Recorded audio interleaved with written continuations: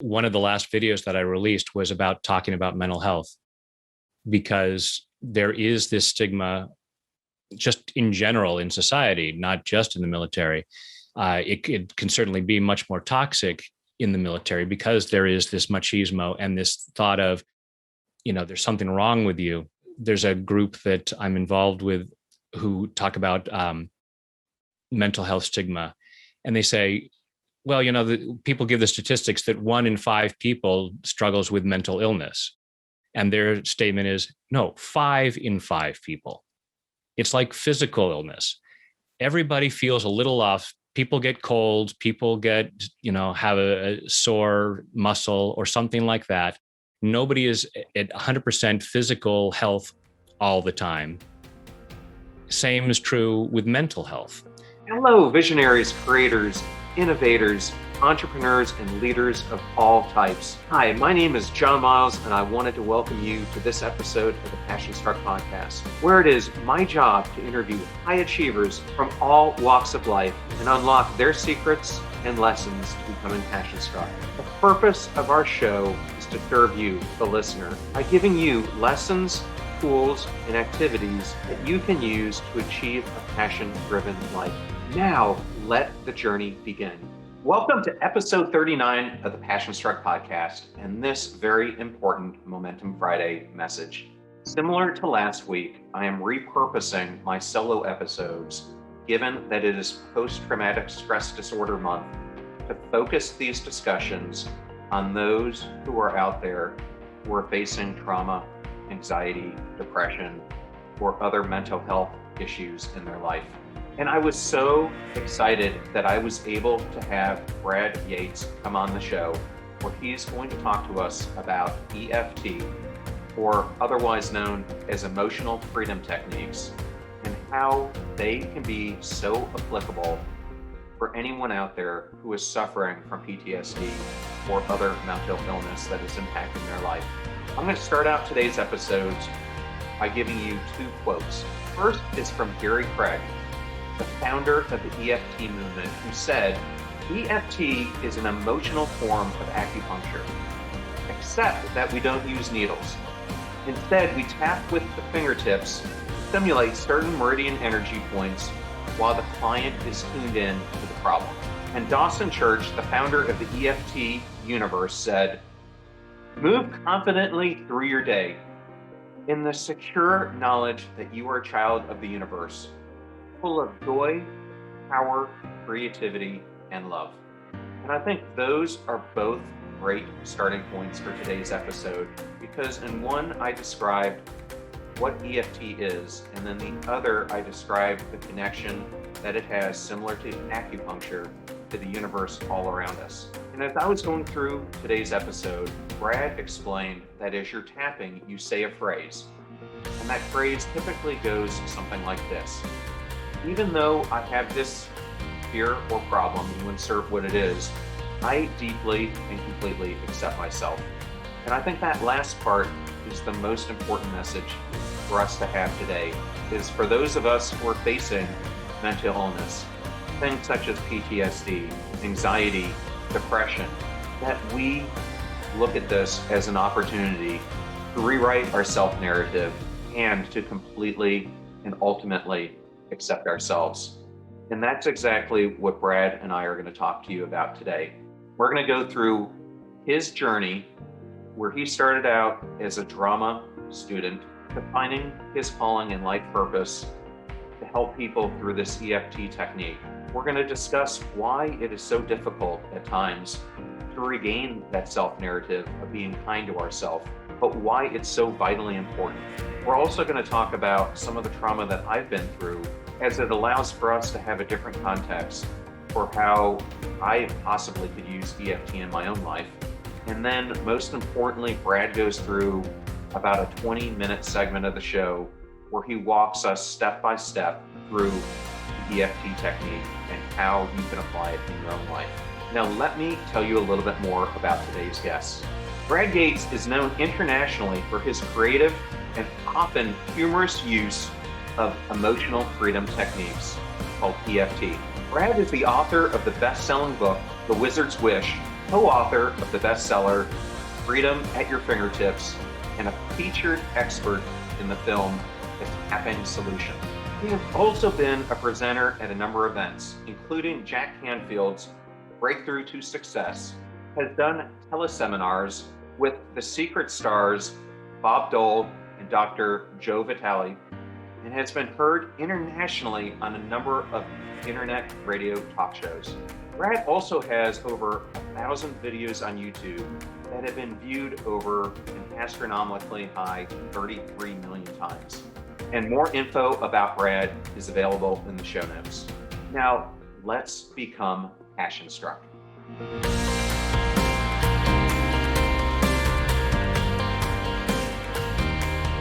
I am so excited today to welcome Brad Yates to the Passion Struck podcast. Welcome, Brad. So glad to see you. Oh, thank you, John. I'm happy to be here. I learned about you because my sister is studying to become a social worker, and she knows that I have gone through post-traumatic stress disorder in my past. And given that it's post-traumatic stress disorder month that we're in, she happened to see a video that you did on Avaya about breaking free from trauma. And I wanted to tell you, it was such a great video that I immediately looked for you on LinkedIn and sent you a message straight away. So thank you for doing that. Oh, my pleasure. And I meant to say it earlier, but I'd rather say it on video now. Thank you for your service. I'm greatly appreciative of the men and women who put themselves out there to keep us safe. Well, thank you. And in honor of PTSD month, I've been trying to do a number of shows relative to people who suffer from it, including one that we have upcoming this week on veteran suicide and overall suicide, and the link that they're finding to people who suffer from PTSD or who once have, and how it can create as much as a 13 times greater chance of a person. So very happy to have you on today to help people better cope with trauma and also issues with their immune system, et cetera. Yeah, there's wonderful research showing that using this tapping work, emotional freedom techniques, or EFT, that we're talking about, has been very effective with so many vets suffering from PTSD, and how going through a treatment with it has brought them down below the clinical evaluation for PTSD. So it's very promising. Well, that's great to hear. And I can't wait to explore it more in today's episode. But I wanted to start out, as I typically do in these shows, with kind of unpacking a little bit of your journey for how you got to where you are today. And as I told you when we were talking beforehand, the latest episode I just released was with a gentleman named Nir Bashan. And Nir actually had a similar entry point to you. He started at the University of Southern California as a music major, and then eventually got a master's in film. And looking at your bio, I see that you started at University of California, Irving, if I'm correct, and got a degree in drama. So I kind of wanted to start there because it's very different, but probably helpful in what you're doing today. So can you talk about that a little bit? Yeah, certainly. Yes, the old question of how does a grown man find himself tapping on his face for a living, especially if that's not what he went to college for. Because that wasn't a thing when I went to college years ago. But I had planned to be an actor and had traveled the world doing theater. And then I came to Hollywood to be a movie star, as one does. And while I was living in LA, I met a woman, fell in love, and got married, as one does. And when our first child was on the way, I realized I should probably have a backup job because I wasn't quite making it as a movie star yet. And so I had always been fascinated with the power of the mind, and I trained to become a hypnotherapist. I saw an ad in the paper for hypnotherapy school, and I thought, hey, that would be a really interesting career. So I started doing that, and for the next couple of years was still pursuing my acting career while doing the hypnosis. And after a couple of years, when our second child was on the way, I realized that as much as I loved acting, that doing personal development work was really my calling. It's really what I was meant to do. So we left Los Angeles and moved to Northern California to be closer to our parents. And through some other hypnotherapists, heard about this energy work and this conference with where Gary Craig, the founder of EFT, was giving a training. So I went and just found the process fascinating and started incorporating it into my hypnosis sessions. To little by little, they became tapping sessions, a little bit of hypnosis at the end. And then as I was doing this, YouTube came along and I thought, hey, wouldn't it be cool if there was a tapping video that people could start their day with? And I'll call it Tap of the Morning. And that's all I ever intended to do. It was just that one video. And it was like 6 months later that I finally thought, no, I should do a video for people to end their day. And I'll call it Tap of the Evening. And then another idea came and another idea. And now I have over 1,000 videos on YouTube. And it's interesting because I think one of the things that has made my video channel popular is because I had that background as an actor. So I was very comfortable being in front of the camera. I'm performative in trying to make things entertaining. And so while it's a big step away from what it seemed like my life was going towards, it absolutely incorporates all those years of training. Well, that is a great story, going from film school to where you are. And I actually, as I was reading your bio, along that way, I heard that you actually had some parts in some different productions. I'm not a doctor, but I played one on TV. I helped save Sammy's life on Days of Our Lives. What was that experience like? It was fun. You know, some of it was fun. Then there were the soap operas are an interesting beast in terms of the whole theatrical world, because you're creating, you know, like a movie, you may create 2 minutes of film in a full day of filming.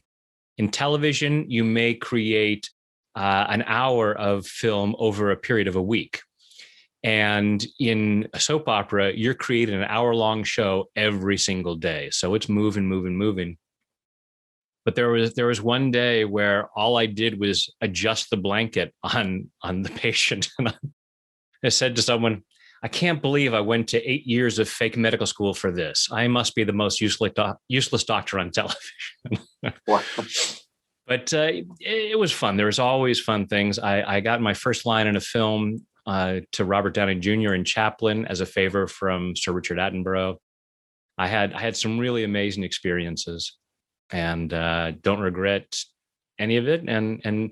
But I'm much happier doing what I'm doing now, because it's, well, passion struck. I'm much more passionate about the work that I do now, as much as I loved acting. And the next thing is always finding that opening. And there are times where I say, hey, I'm open to the possibility that something may come along and will feel even more like what I'm supposed to do. But it's definitely where I've been guided to. Well, I have to go one more place with you before I'm going to take you back to hypnosis. And given that I live in St. Petersburg, which is just a half an hour from Sarasota, I happened to see that you went to the Ringling Brothers Clown University, a place that I visited, and as a kid went to the circus many, many times. But it's such a sad thing to see the end of the big top and the way that it was for so many, many decades. Yeah. While I was in LA as an actor, I heard about the auditions for Clown College, and you can just barely see it over there, the corner of my my diploma, which still proudly hangs on my wall, Bachelor of Fun Arts. And it just seemed like, wow, this would be a really fascinating experience. And I was there. There was a 4-year period where Clown College was being held in Baraboo, Wisconsin, at the home of the Ringling Brothers at Circus World Museum. So I wasn't in Sarasota, but I know that was the winter homes of the circus. And yeah, it's unfortunate that things happen and things move on. I was actually driving down the freeway last week and went by a big top and saw that it was Circus Vargas. So there are still circuses going on. Well, I have something to admit to you, maybe a little bit Tim Ferriss-like here, but for a number of years, I gave acro yoga or acrobatics a try. And it was awesome. It was a very interesting community, because many of them might as well have performed in a circus. In fact, we would have these meetups in grass areas around where I lived, and people would be doing everything from juggling to acro to almost doing tight walking on bands to everything you could imagine. So people would come and just watch because it kind of looked like a bit of a big tent environment. Still a circus, even if it's not under a tent. Yes, and definitely a younger person's sport. So don't know how Tim Ferriss still does it, but good for him. He is a unique entity. I'm going to segue there to some more of the important topics. And I did want to start with hypnosis because that may be something that some of the watchers or listeners may be interested in before we get into tapping, because I've heard that hypnosis can be used to help with smoking cessation and other habits. And I was hoping you could explore that a little bit and give your thoughts on what you've seen by doing the treatments. Yeah, absolutely. And that's where hypnosis and EFT are similar in that they're both ways of reprogramming the mind. So with hypnosis, we take the mind into a more relaxed state, a more open state, to where we are more able to look at change. Because here's what happens. We get into a certain set way of being, and the body craves homeostasis. It wants to keep things the same because even when things aren't ideal, they're familiar. So we might say, well, okay, my life is crap, but it was crap yesterday and I handled it. So I know that I can handle the crap. And so there's a part of us that goes into that fight or flight. When we perceive threat, that part of the brain called the amygdala responds to that threat and puts us into fight or flight. I'm sure that's something you're very familiar with. And this is where PTSD comes in, is because that part of the brain goes into such overload about that there becomes that hyper alertness and this feeling of, I can't afford to not be alert. And so we feel this, we sense this threat, and that can be a threat from an enemy outside, but can also be a threat from just the idea of change. So when we say, I want to make more money, I want to lose weight, I want to do this, I want to do that, I want to stop smoking, something inside of us perceives that as a threat. It's like, what are you trying to do? We've got this all set up. We know how to do this.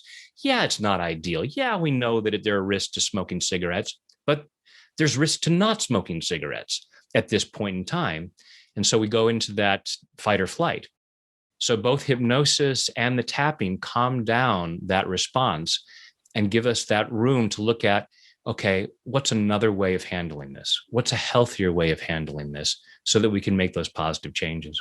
Can hypnosis also help with someone who's struggling with alcoholism to wean off of it? It's looking at what are those things that we're trying to soothe with the alcohol or the cigarettes or whatever other unhealthy behavior we might be engaging in, and including keeping ourselves chronically under or unemployed.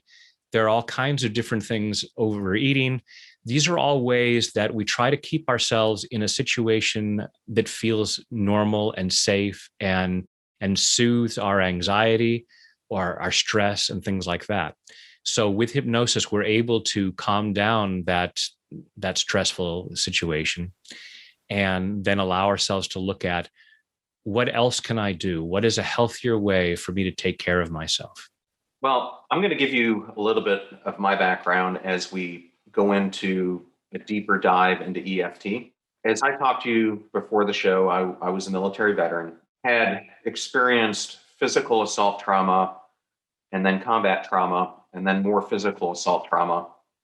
And then in my case, at that point in time, you really couldn't go get mental illness help when you were in the military. And for me, there were a couple different factors to it. One was I had a very high security clearance through the NSA and was told that it would be revoked if demonstrated some of these things. It was also a stigma in the military by other peers if you were going and they found out, and by your military command.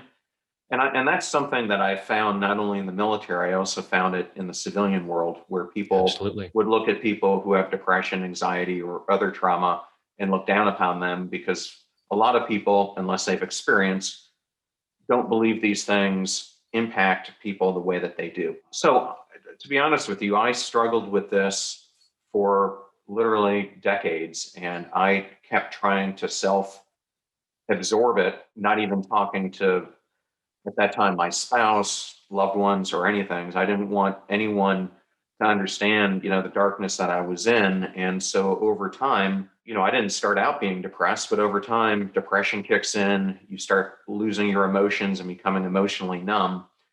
And for me, an event happened, unfortunately, in November of 2017, where I have always been a person who has to work out. It's if I don't do it, my anxiety just goes off the rails. And I used to work out at Orange Theory, and this day I went in like I would any other day.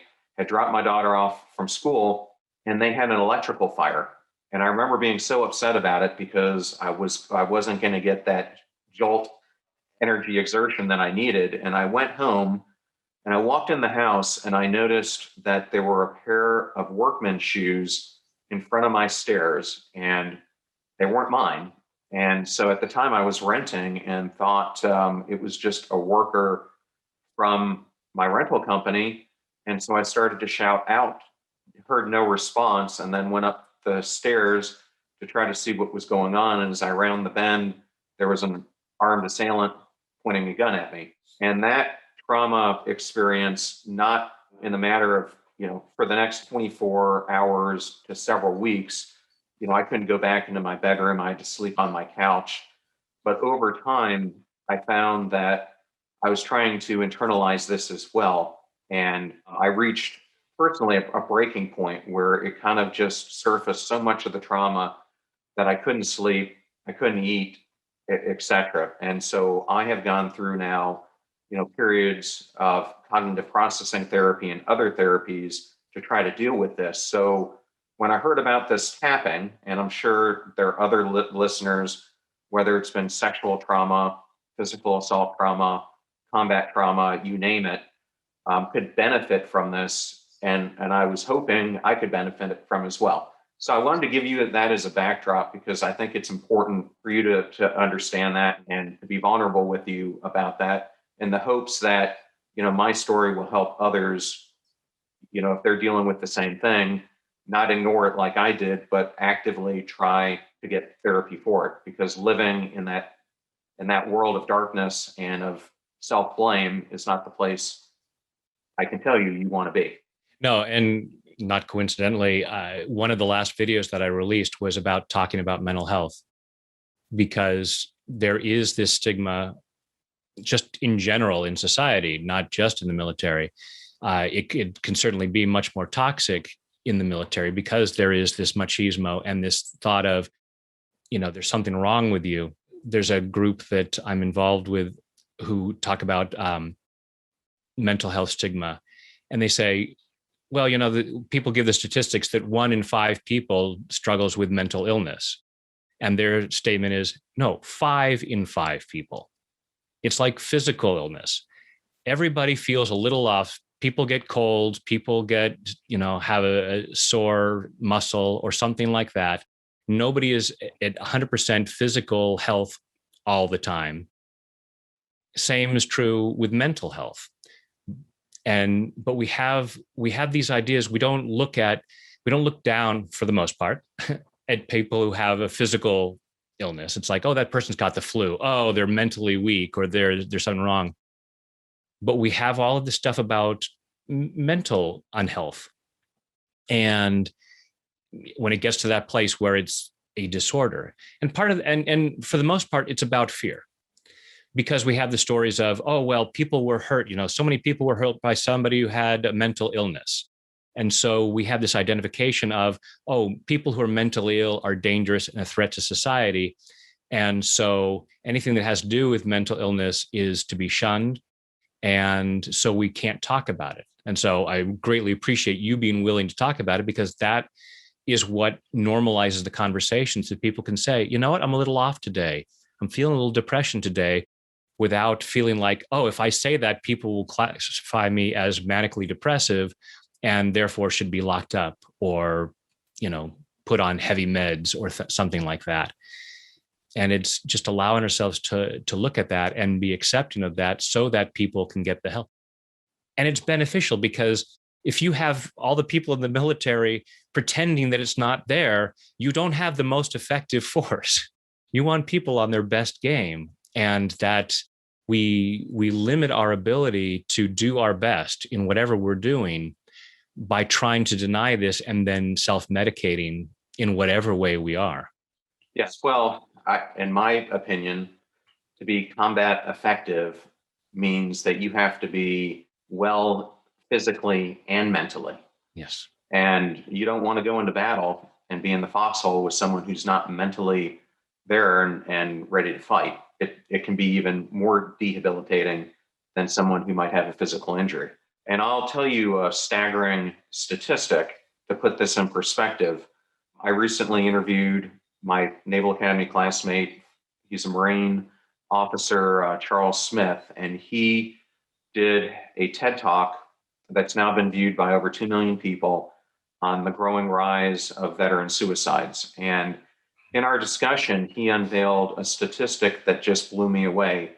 And these figures were verified by TED Talk because they won't let you on the show unless they can verify the content you're providing. And he found that from the period of September 11th until now, so this war on terror, there have been somewhere in the neighborhood of about 5,500 lives lost in combat.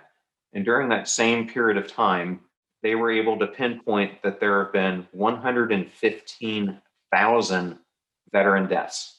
So almost 20 veterans are dying by suicide compared to everyone that's dying in combat. And then he researched it even further, and that doesn't include active military members who've taken their lives, which accounted for another 38,000 during that period of time. Yet, as you're saying and talking about it, it's something that no one appears to want to deal with, and it has to be dealt with in both of our, Chuck, in my opinion, at the highest levels.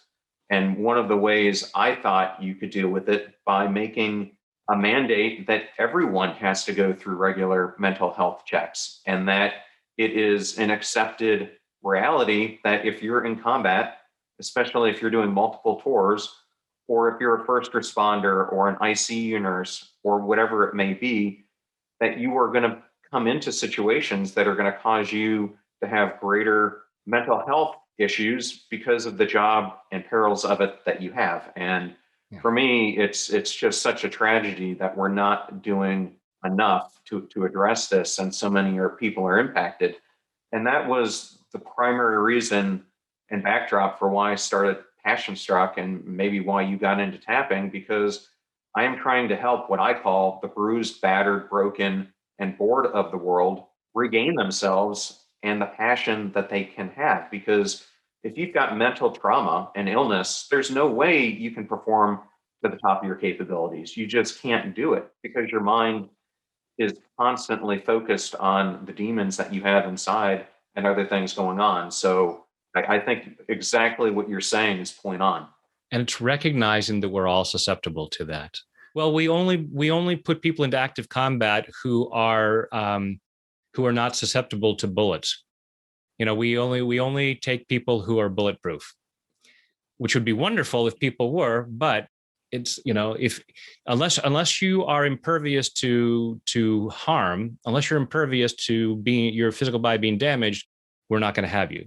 Because obviously we know that we are, and obviously in the military, build up as strong as possible, but the human body is not impervious to damage, and the human mind is not. And we can certainly build resilience, but it's understanding that it's not a weakness. If somebody gets shot in the leg and goes down, we don't say, "Oh, come on, just walk it off." And so it's recognizing that, and that's then having the tools. Just as in combat, you have the medic, you have somebody who can take care of those physical things. It's having tools to be able to deal with the mental stress and the emotional damage that can occur, so that we build resilience. Yeah, that's a great point. I was talking to someone earlier, and I was telling her how difficult it is for me sometimes to do these discussions because it's not easy being in front of a camera. And I showed her a YouTube video because she asked me, do you have one of you publicly speaking? And it was one of me with Salesforce.com founder Mark Benioff speaking to thousands of people in Paris. And it was around 2009. And I detest this video because I'm about 35 pounds heavier than I am now. But she said, you should absolutely use that video because I love it. Because if you look at that video, were you happy? No. Were you focused on your health and wellness? No. Were you good mentally? No. And to me, her point was loud and clear, and that is we can transform, but it's only when you start making that choice and doing the work to do something different that you're going to change anything about yourself, which is exactly, I think, what you teach your students as well. Yeah, valuing yourself, acknowledging how awesome you are, and then treating yourself that way. And yeah, we can look at ourselves at different times and say, I obviously wasn't thinking of myself as awesome at that point. And from that place, the more we acknowledge our awesomeness, the better we take care of ourselves, but also the more willing we are to share our gifts and talents with the world and make the positive difference that we can make. Did you know that Forbes magazine recently cited that 70% of individuals who do personal development, masterminds, and one-on-one coaching benefited from better work performance, increased communication skills, and overall better relationships? And we at Passion Struck are obsessed with self-development, coaching, and mentorship. That is why we've created a free resource to help you unlock your hidden potential. Because people doing great things in business and life are just like you, only they've had a coach along the way. And we've got that covered too. Let us show you the systems and frameworks that we teach growth-minded individuals to help them step into their sharp edges, execute on their passion journeys, and get predictable results time and time again. Go to passionstruck.com/coaching right now and let's get igniting. I just came through a training program with Florida State University. And while we were going through this entrepreneurial program, each session was started by a lady named Debbie Lundberg. And when I first heard she was going to do these sessions, I was like, this is a bunch of BS, because they said she was a kindness coach. And I said, what the heck is a kindness coach? But as I got further into it, it was one of the more valuable things that I've experienced recently, because she has this framework, and it starts with, you can't serve and be kind to others unless you're kind to yourself first. Amen. And so she took us through all these exercises where you had each week to be kind to other people, and culminated with us having to give a $10 bill out to someone randomly as an act of kindness. But I thought at the end of it, it was spot on, and it gets to what you were just saying. Until you can look at yourself and your self narrative and be happy with who you are, love yourself regardless of whatever you've been through, you're not going to be able to take the strides that you want in life. And one thing is for sure, as I've worked with more and more people, the point that they become successful is when they stop serving themselves and their own ego and being a showman and start focusing on helping others. And I'm sure you've seen that as well. Absolutely. I think that we are ultimately here to be of service to each other, but at the same time, to ourselves. It's not about being absolutely altruistic. And even when we're doing things that are altruistic, it's because we have beliefs saying, this is how I take care of myself. So there's no completely altruistic act, because no matter how self-sacrificing we are, it's because I feel like I'm a good person if I'm being self-sacrificing.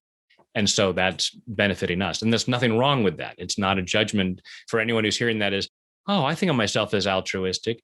It's not, you're not bad or wrong or selfish that you're not 100% altruistic. It's human nature, because we're designed to also preserve ourselves. And that's important. It's just like when you get on the plane and they say, put the oxygen mask on your own face first. Because if you don't take care of you, you're not going to be around to take care of anybody else.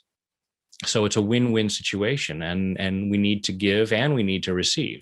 So it's allowing ourselves to do that. And yeah, self-love is so important. And if we don't love ourselves, we limit how much love we can share with others. So it's really important, as you said, to unconditionally love ourselves, even with all of the things that have happened to us and all of the things that we have done, to be able to say, I'm still worthy and deserving of love.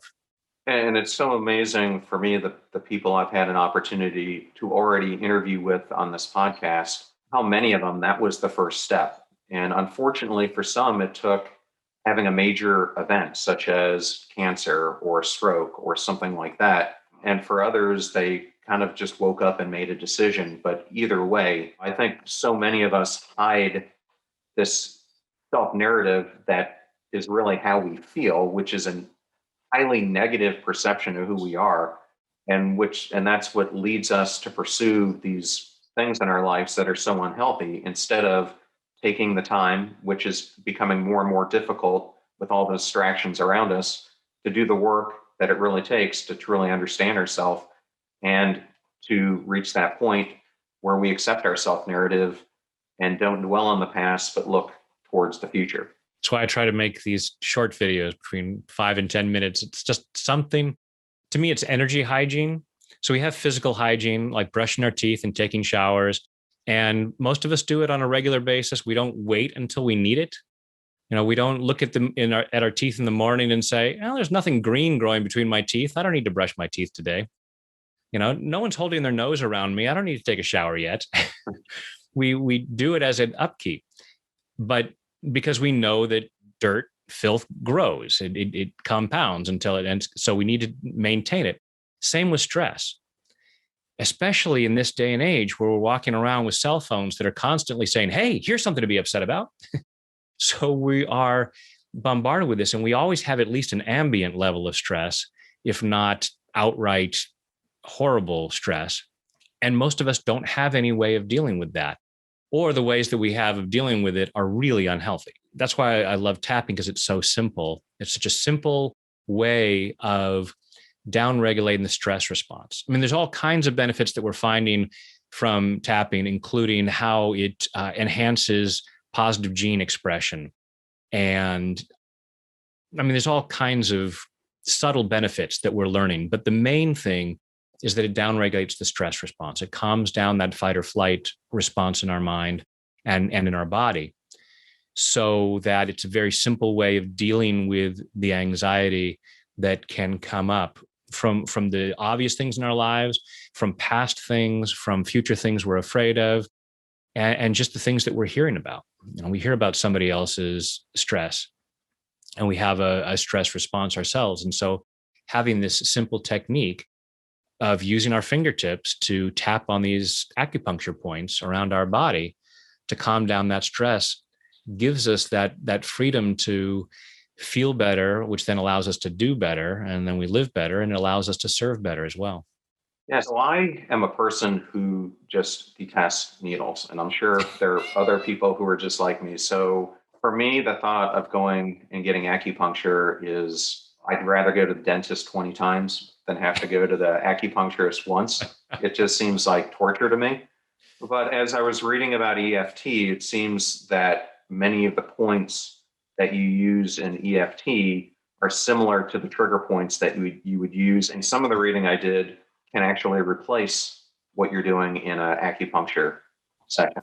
Yeah, we are using the same points. And so rather than using a needle to stimulate these points, and these are real points, these are points you can measure with a galvanometer. They're points on the body that have lower electrical resistance than other points. So, we can scientifically verify that there's something about these parts of the body as opposed to just any part of the body, although there are acupuncture points all around the body. And so rather than sticking needles in them, we're just stimulating that same area with our fingertips and gently tapping on those points. And that calms down that stress response. It balances our energy in a much more positive way. So for the listener who's out there, because the viewers are going to be able to see it, can you describe throughout your body kind of where these points are and what makes them so meaningful? All of the points that are used correspond to points on the meridian. So in acupuncture, for thousands of years, they've been saying there is this flow of energy through the body along these pathways, just like we have the blood runs through our veins and arteries. Energy flows through these meridians. And the different meridians correspond to different organs in the body. And those organs tend to correspond to different emotions. So there are some practices that will tap particular points in order to stimulate that meridian and deal with that particular emotion. And the original process called thought field therapies used specific points for specific issues. Then when Gary Craig came along, thinking like an engineer, he was like, well, let's simplify this. Let's use these 8 major points and we'll just tap them in a row. And then we don't have to worry about which point is necessary for which issue.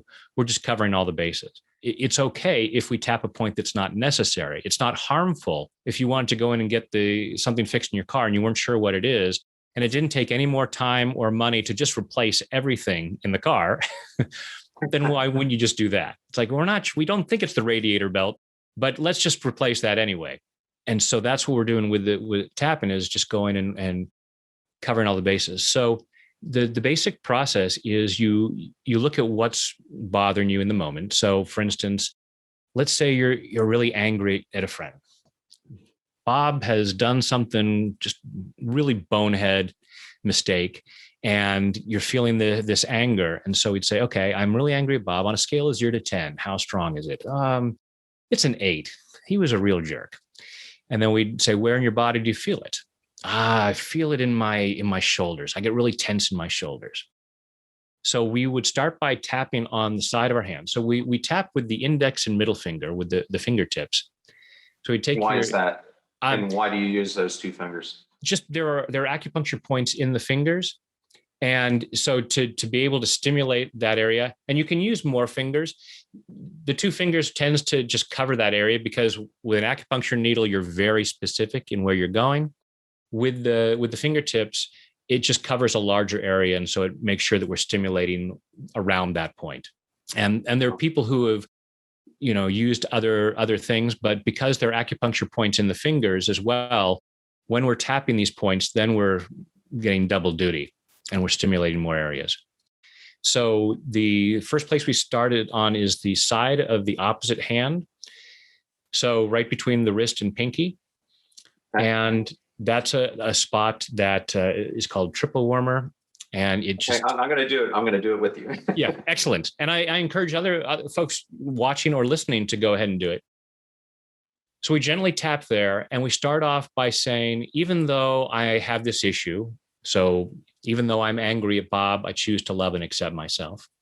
And we'll repeat that 3 times. We're just creating this level of self-acceptance, because there's a part of us that says, in order to protect myself, I need to be angry at Bob. Because if I don't get angry at Bob, then I'll be walked all over, or whatever it might be. I will be harmed in some way. So I have my programming has told me that anger is the necessary and appropriate response. So I'm saying, even though I have this anger, I love and accept myself.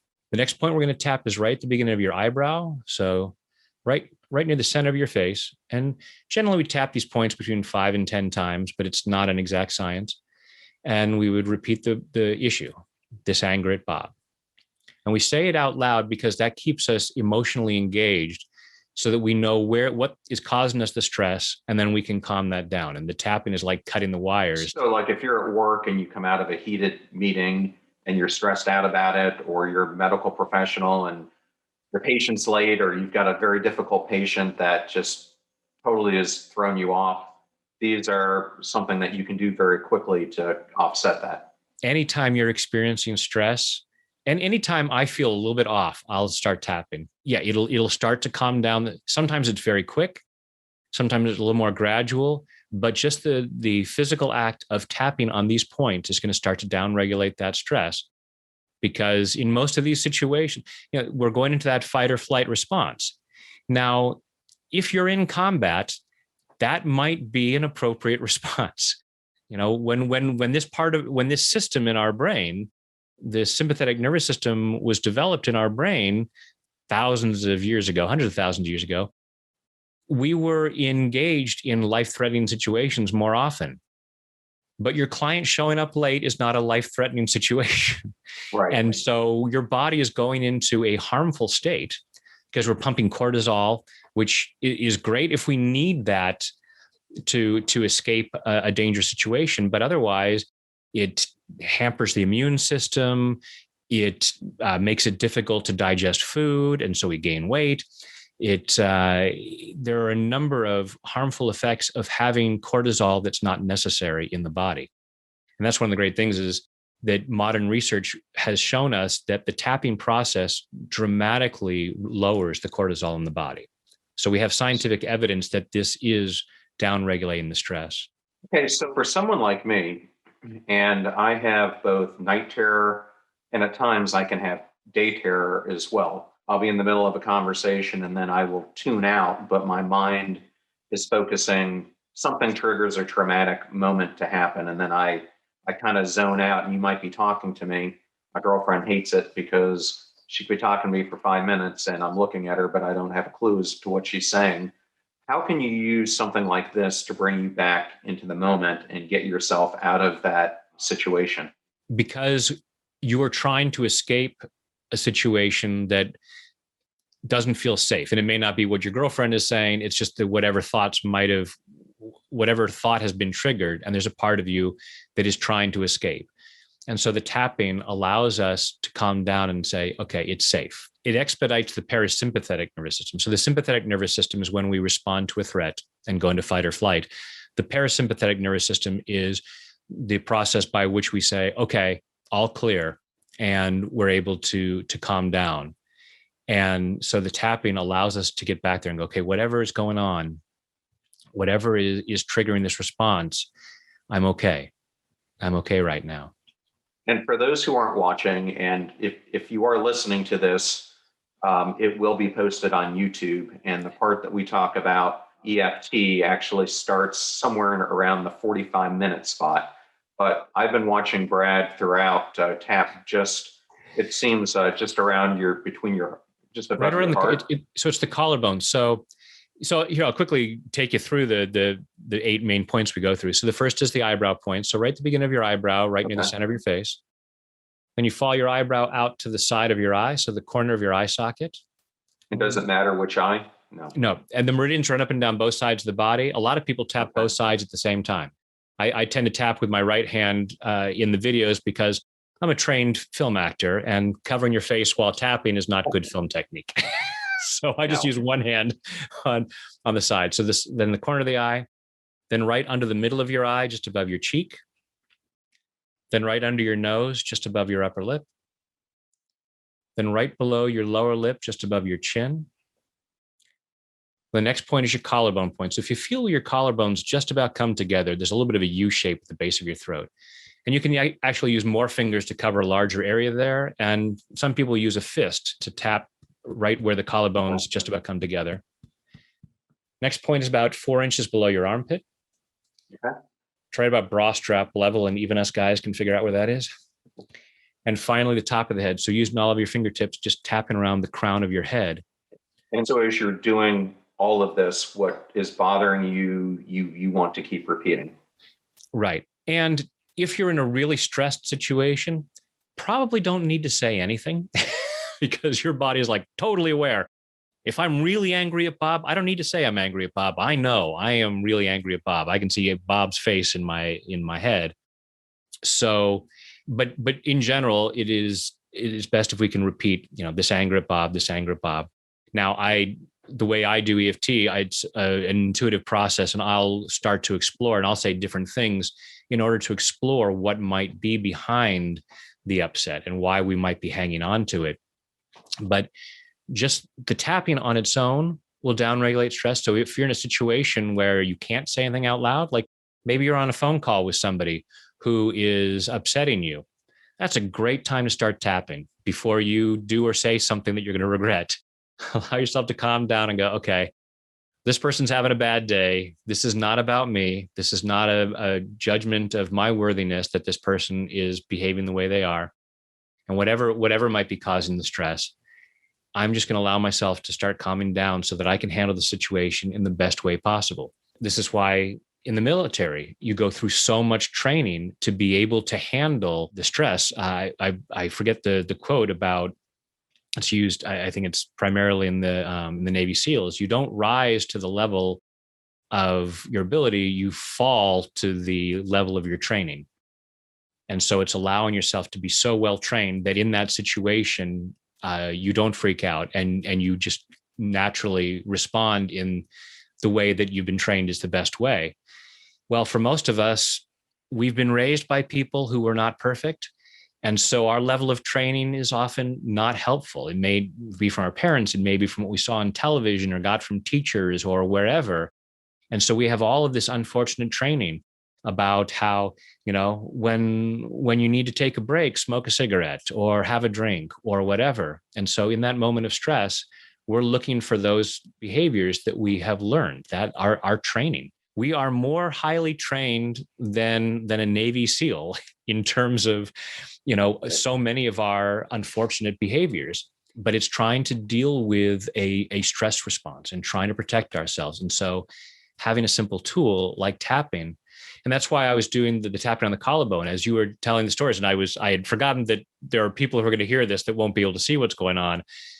But as you were telling the statistics from your buddy Chuck, and so I tapping for myself, and also because everything is energy and we're all connected, surrogate tapping for you and anyone else listening to try to downregulate stress there so that we can be in a place of, rather than just going into a place of upset, saying, okay, what can I do about this? I want to be in a place where I am so clear that I look at this and go, what can I do? And if we can do nothing else, just allowing ourselves to deal with our stress will be helpful to the world at large. And the more people who are doing this, then the world becomes a calmer place and we are able to handle situations in much healthier and happier ways. And is there any similarities between tapping for pain and how you can use acupuncture if you've got chronic pain or pain points? Can EFT help with people who are facing chronic pain situations? Yeah, there are a lot of great case studies of dealing with chronic pain and research being done on that. Again, we're using this same system, and it's not 100% clear on what the exact mechanism is, because it seems to work on a number of different systems. In acupuncture for thousands of years, it was based on this idea of energy flowing through the body. Now we know about the adrenal glands and the sympathetic nervous system. We know about the vagus nerve and the polyvagal system and how that regulates emotion and how emotion affects our body, because mind, body are connected, and our feelings aren't just things we're thinking about. So we feel it in our body, and most, if not all, of the issues that trouble us are either caused by or worsened by stress. So even if tapping was only a stress relief technique, so much of the pain, the physical pain that we experience, is aggravated by stress. So by calming down the stress response, we are going to naturally be calming down the pain experience. I will have to research that more, because unfortunately I deal with chronic pain as well, which is why, even more than the mental health reasons, the doctors and physical therapists want me to do acupuncture to try to help with pain points. And then we can also clear the fear of needles. Even though needles stress me out, tap, tap, tap. Yes. Yeah. The funniest thing, stress different people out. And then the last thing I wanted to cover before we go is, you also talked about how EFT can help with your immune system. And I wanted to understand that just in a little bit more detail. Because when we experience stress, that compromises our immune system. When we go into fight or flight, when we have cortisol going through our body, that compromises our immune system. So as we allow ourselves to calm down, we give our body the freedom to do what it needs to do. Our body has remarkable healing abilities. It has a powerful immune system. And so there are various things that can compromise that. And some people have stronger immune systems than others. But stress is definitely one of those things that can compromise anybody's immune system. So by doing the tapping, we are able to get into that calmer place where our body has the freedom to function in a much healthier way. And is this something that if you did it in a routine before you went to bed might help you sleep better as well? Absolutely. Because one of the things that hampers our sleep is anxious thoughts and this disturbance in our body that we're telling ourselves it's time to relax. And our body mind is saying, are you kidding me? We can't relax now. We have to be worried about this, and there's that and this. And so a lot of people use tapping as a way of calming down the system so that we can find it much easier to sleep. And also, if we wake up in the middle of the night, to then say, all right, something's going on, and I'm going to address this such that we can calm down again.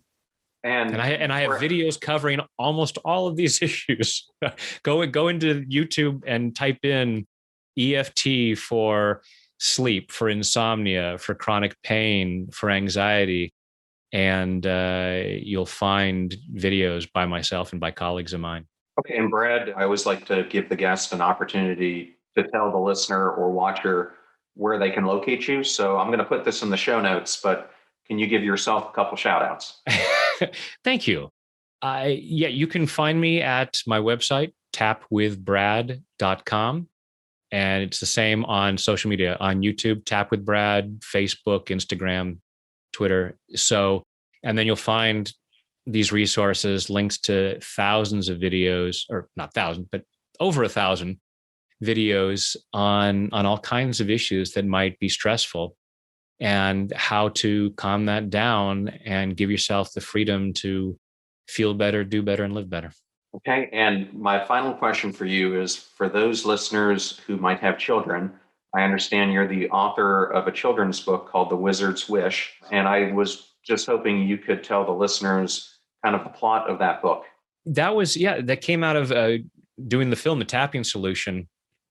And we were talking about tapping, about how when we're tapping with adults, so many of the issues that stop us as adults happen as children. I thought, if only I could find a fun way to introduce tapping to kids. And having my own kids, I thought, well, we always love to read them stories. So if there's a storybook way.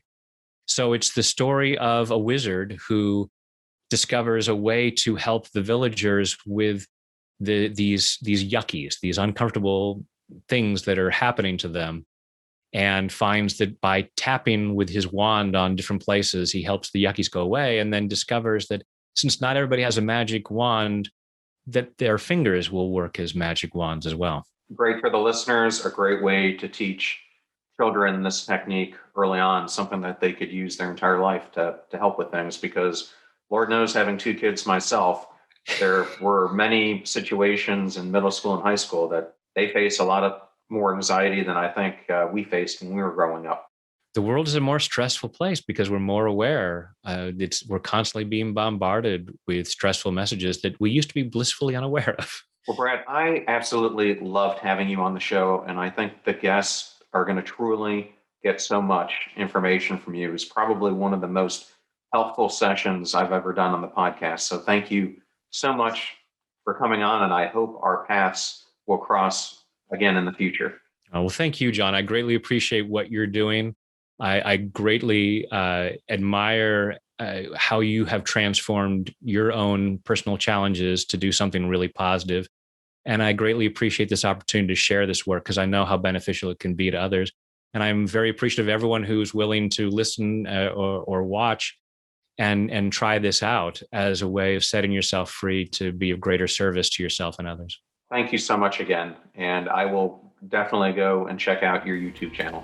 What a fantastic interview that was with Brad Yates. Probably one of my most favorite ones I've had on the show, because he gave such useful information that you can take action on right now in your life. And during today's episode, I also talked about an important episode that we released just a week ago, where I interviewed my Naval Academy friend and classmate, Charles P. Smith, on the rising importance of us dealing with suicides with veterans in the military and in the general population. And if you haven't listened to that, Chuck did a TED Talk on veteran suicides that has been watched by over 2 million people to date. And he and I, in our interview, used Passion Struck as a platform where we can give a voice to the voiceless. And in our discussion, we go over the rising number of suicides that are happening, up 47% since 2005, and why it is such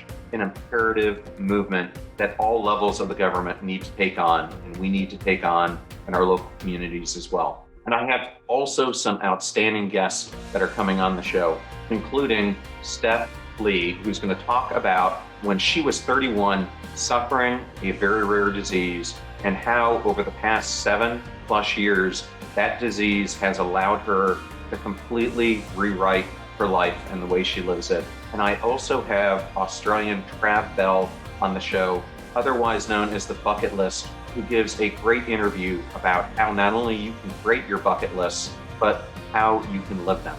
And then in the near future, a long-term friend of mine, Jay Skabinski, asked me to do some episodes that after this month of PTSD awareness is done, I'm going to do on ego and humility, which are both becoming major contagions throughout all society. I also wanted to give you all a huge shout out. Because of you, we have now had over 42,000 downloads of the podcast and are now over 110,000 views to the YouTube channel, which means that in just a few months, we have already touched 150,000 lives with the content from this show. Thank you so much for helping me make Passion go viral. And remember, if you love this episode and you've got some friends who may be suffering a mental illness, may have PTSD, or are growth seekers, please send them a link. I would so much appreciate it, because our purpose with this show is to help people by giving them information, tools, and actions that they can take to light that passionate drive to change the course of their life and to live to their full capabilities. Remember, make a choice, work hard, and step into your sharp edges. Thank you so much for joining us. The purpose of our show is to make passion go viral. And we do that by sharing with you the knowledge and skills that you need to unlock your hidden potential. If you want to hear more, please subscribe to the Passion Struck podcast on Spotify, iTunes, Stitcher, or wherever you listen to your podcasts at. And if you absolutely love this episode, we'd appreciate a 5-star rating on iTunes and you sharing it with 3 of your most growth-minded friends so they can post it as well to their social accounts and help us grow our Passion Struck community. If you'd like to learn more about the show and our mission, you can go to passionstruck.com, where you can sign up for our newsletter, look at our tools, and also download the show notes for today's episode. Additionally, you can listen to us every Tuesday and Friday for even more inspiring content. And remember, make a choice, work hard, and step into your sharp edges. Thank you again for joining us.